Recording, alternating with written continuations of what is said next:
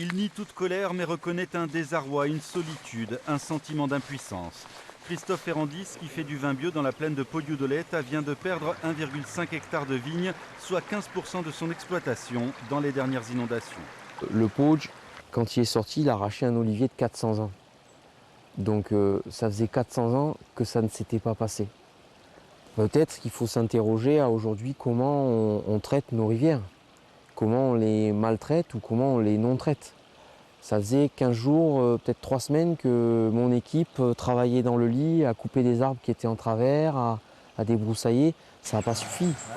Juste à côté, cet éleveur bovin a vu l'eau abattre ses enclos. Ce n'est que matériel, dit-il, mais en 31 ans de métier, il n'avait jamais vu une telle crue.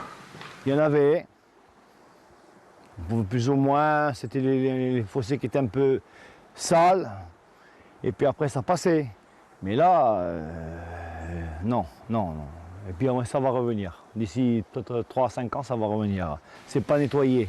À la Chambre d'agriculture de Haute-Corse, les témoignages affluent et les dossiers se constituent.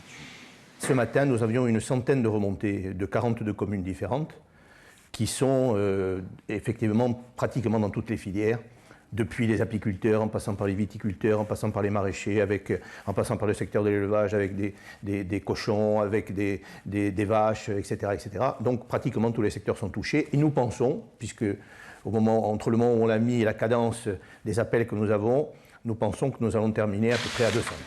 L'État pourrait accélérer les procédures d'indemnisation, mais les agriculteurs agiront seuls s'il le faut.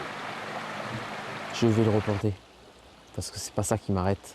Mais par contre, ce que je vais faire en premier, c'est redonner un sens à cette rivière, redonner un lit à cette rivière. Mais des vignes ici, il y en aura un jour, je peux vous l'assurer. Pour y croire donc, les agriculteurs ont bien l'intention de travailler sur ces cours d'eau, que l'État les aide ou pas.